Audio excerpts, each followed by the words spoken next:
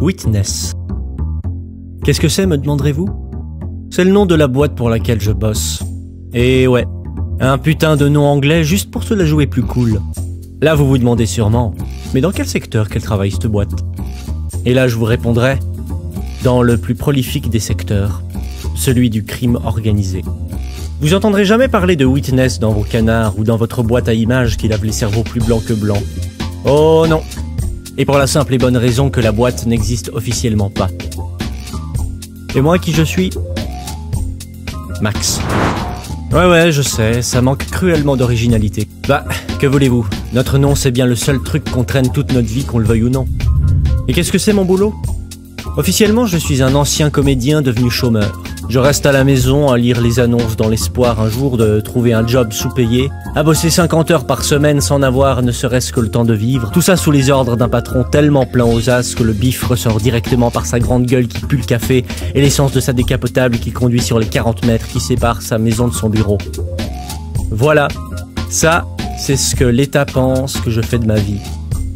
Mais pour Witness, je suis ce que l'on désigne sous le nom de témoin. Allez, je vous explique vite fait comment ça marche. Witness est un groupuscule encore mieux renseigné que l'État sur toutes les affaires louches du pays, dont le seul objectif est de donner de faux témoignages aux flics, ceci dans le but de ne jamais remonter la piste jusqu'aux véritables criminels. Ça fonctionne de deux manières chez Witness.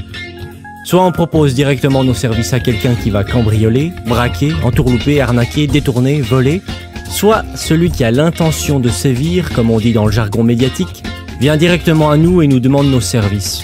Dans tous les cas, nous passons un contrat oral et on demande 25% de la somme volée. Suite à quoi, les hauts penseurs de Witness font appel à nous, les témoins. Ils nous expliquent la situation et c'est à nous de nous démerder pour donner de faux témoignages afin d'obscurcir le plus possible l'affaire pour la police en utilisant notre meilleur jeu d'acteur. Les faux témoins ne se connaissent pas entre eux et nous n'avons contact qu'avec une seule personne, la même qui nous accompagne tout le long de notre vie au sein de Witness. D'ailleurs, tous ceux qui bossent pour l'organisation savent qu'il y a quelque part un siège central de la boîte, avec en son sein le pactole de tous les contrats passés avec les criminels. Et ouais, le pactole le plus sale de toute l'histoire. On raconte qu'il y aurait de quoi vivre deux vies tranquilles à l'intérieur. Ah ouais, encore une dernière chose. Nos ordres de mission, on les reçoit dans un bar. Du coup, son avocat m'a contacté, il a besoin d'un faux témoin. Voilà, alors joue ton rôle, aie l'air moins débile que la dernière fois, même si le coup des cheveux c'était génial, ça les avait fait péter un plomb, ces salopeurs de poulet. Bon, trêve de bavardage, vas-y. Hé Max!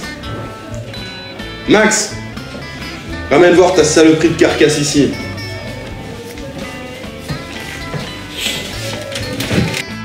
Lui, c'est Larry. C'est mon contact avec Witness et c'est lui qui me transmet mes ordres de mission. À part son utilisation abusive du mot salopard et le fait qu'il astique ses lunettes 24 heures sur 24, pas grand chose à dire sur lui si ce n'est qu'il a l'air un peu rustre comme ça, mais qu'il est plutôt sympa au fond. Très au fond. Voici ton ordre de mission.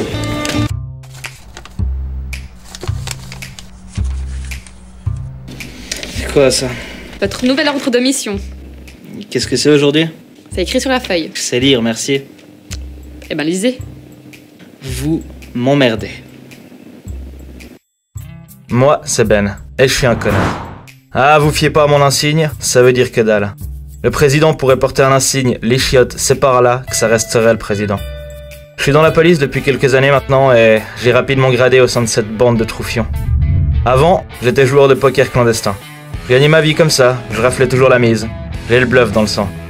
Jusqu'au jour où une descente de flics a gâché mon caridas et m'a obligé à me barrer. Pas de chance, me direz-vous? Ben en fait si. Je suis le seul à avoir réussi à quitter les lieux sans me faire choper. Et pendant que je rentrais chez moi, je me suis dit « Mais merde, tout ce pognon qu'il y avait en jeu, c'est qui va le ramasser ?» La réponse est venue d'elle-même, et les flics du poulailler. C'est à ce moment-là que j'ai compris qu'il y avait de quoi se faire de la maille en devenant poulet. Que ce soit les billets ou la dope, tout est ramassable, tout est revendable. Ouais, c'est un bon choix de vie ça. Ni une ni deux, je me suis inscrit à l'école de police. J'ai rapidement gradé et je viens de me faire muter dans ce bled. Depuis, dès qu'on ramasse un petit quelque chose, même des faux billets, c'est direct dans mes poches. Et quand il y a mon proprio qui débarque gueuler à ma porte pour que je paye le loyer, et que je suis encore en train de me demander comment je vais acheter le PQ pour torcher les restes de la pizza 4 fromages moisis que j'ai bouffé la veille, l'autre solution que j'ai trouvée pour arrondir les fins de mois, c'est de vider les parcs-mètres et de foutre ces petits morceaux de métal qui dominent le monde directement dans mon porte-fric. Comme je le disais plus tôt, ouais, je suis un connard. Bon, comment les chefs veulent que je sauve le monde aujourd'hui? Merde, on fout vraiment le titre de héros à n'importe qui.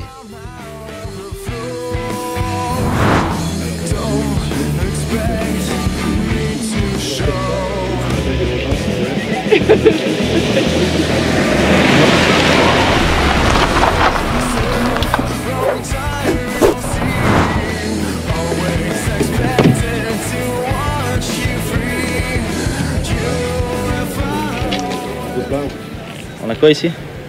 T'as pas lu le rapport? Vous me faites tous chier avec votre rapport. Si je te demande ce qu'on a ici, c'est peut-être que je l'ai pas lu, non? Déjà que je t'aime pas et ça me fait chier qu'on te ouvre ton claque-merde. Si je te pose la question, la moindre des politesses, ce serait de répondre. Connard. Il y a une bande de petites frappes qui ont un peu trop regardé les films de Tarantino qui ont voulu se la jouer un peu gangster. Quand ils sont arrivés pour chourer le fric de l'entreprise, il y avait déjà un mec qui braquait le responsable des finances. Ils se sont quasiment tous entretués. Il y a seulement un petit nerveux avec un faux accent italien qui a survécu. C'est clairement lui le coupable, mais... Mais quoi? Les témoignages ne concordent pas. Il y a 2 témoins qui disent bien que le petit nerveux est arrivé après les coups de feu. Et les caméras de surveillance? Désactivées. On m'avait dit à Corpulence. Ouais, en fait, surtout, évidemment, il s'est mis à courir avec un accent. Oui, c'est ça.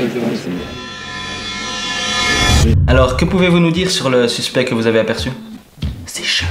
Vous avez quoi, ses cheveux? Ils étaient chauds. Comment ça, ses cheveux étaient chauves? Bah, il avait des cheveux, mais ils étaient chauves. Il avait pas de cheveux, il était chauve. Exactement, chauve. D'accord. Mais avec des cheveux.